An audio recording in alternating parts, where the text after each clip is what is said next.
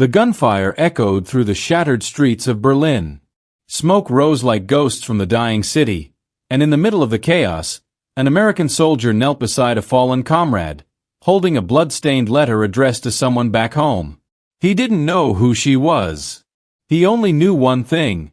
This letter had to be delivered, no matter the cost. The air over Berlin was thick with dust and fire. Buildings leaned against each other like drunks, windows shattered, roofs torn open to the gray sky. Sergeant James Holloway of the 101st Infantry crouched behind what was left of a tramcar, his heartbeat louder than the artillery rolling in the distance. He had been fighting for 287 days without rest, through the hedgerows of Normandy, across the frozen Ardennes, now in the ruins of Hitler's capital. He had lost track of friends, of hours, of who he was before all this began. But at that moment, as he pressed his gloved fingers to the blood-stained envelope in his hand, he felt the weight of someone else's story pressing on his soul. The letter was simple. To Anna Keller, Boston, Massachusetts. No unit number. No rank. Just a name, a city, and a promise written across the front in a soldier's shaky handwriting.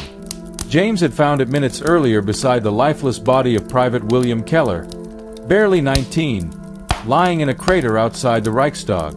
William's other hand still clutched a small photograph. A smiling woman standing in front of a White House with a maple tree in bloom.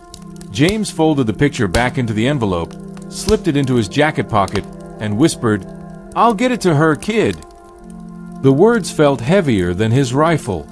The next morning, the war's chaos raged on. The Germans were collapsing from every side, but every street still held snipers. Every doorway could hide a last stand.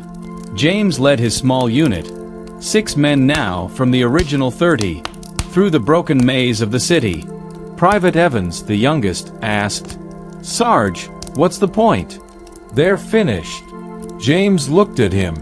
"Because until someone tells us to stop, we move. That's the job." He didn't say what he really thought, that maybe the job was all they had left, and when it was over, they'd have to figure out how to be human again.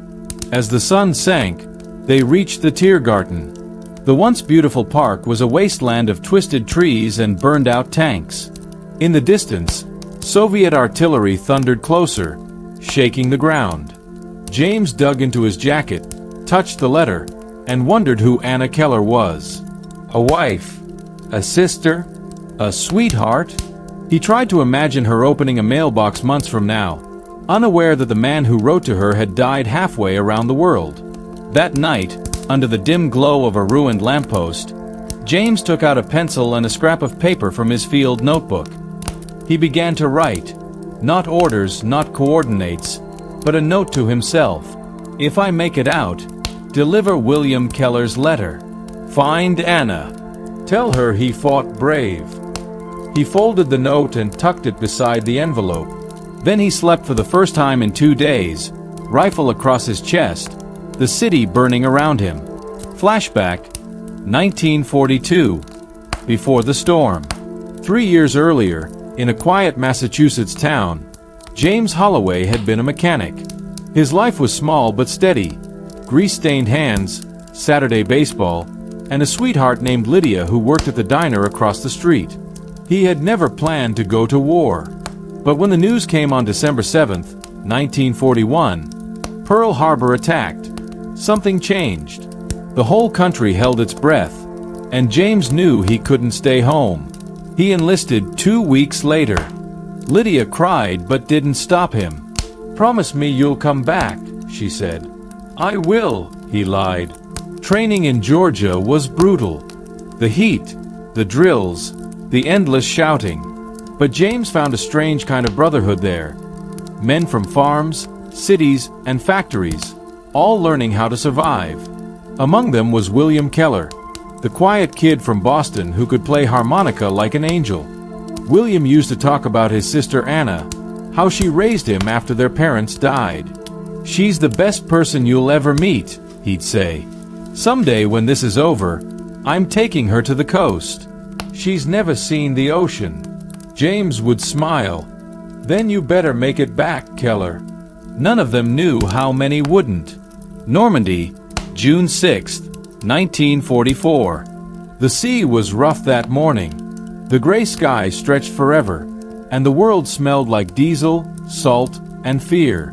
James jumped from the landing craft into knee-deep water, bullets slicing the surface around him. Men screamed. Sand churned red. The beach ahead looked impossible.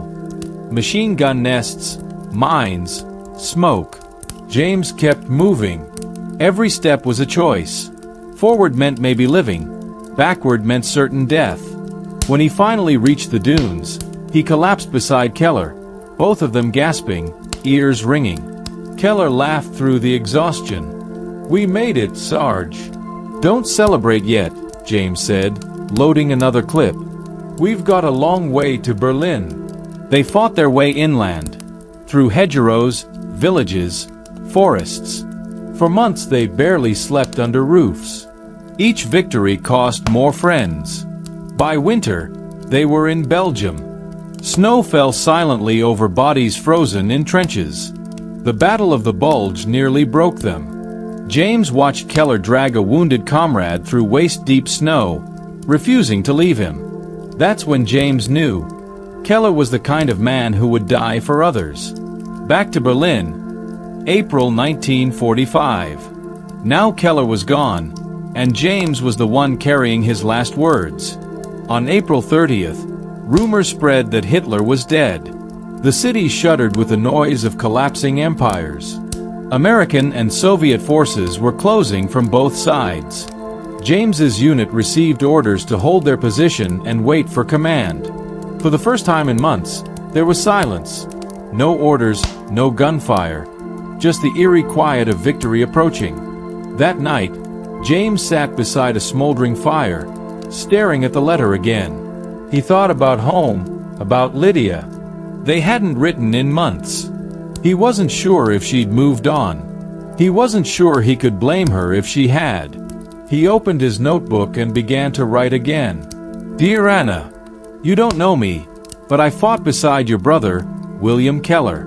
He was brave, and he saved more lives than he'll ever know. I'm bringing his letter home. I promise." He stopped there. The rest could wait until he was safe. At dawn, the sky turned red with fire as Soviet tanks rolled into the city. James and his men were told to pull back and await transport. For most, that meant the end. For James, it meant the beginning of a promise he couldn't ignore. He slipped the letter into a waterproof pouch, tied it under his shirt, and looked east, where the first rays of sunlight touched the ruins. He whispered, "Time to go home." But going home in 1945 wasn't simple. Europe was in ruins, and transport lines were chaos. It would take weeks for soldiers to be processed and sent back. James volunteered for supply duty, anything to stay moving toward the coast. Every mile felt like shedding a layer of war. Fields bloomed again, children peeked from doorways, life crept back through the cracks. But the ghosts followed him, the faces of the men he'd lost, the echo of artillery in his dreams. By the time he reached the port of Le Havre, France, summer had come. He stood on the deck of a transport ship, watching the shoreline shrink behind him. He pressed the letter in his pocket and whispered to the wind, "Hold on, Anna. I'm coming."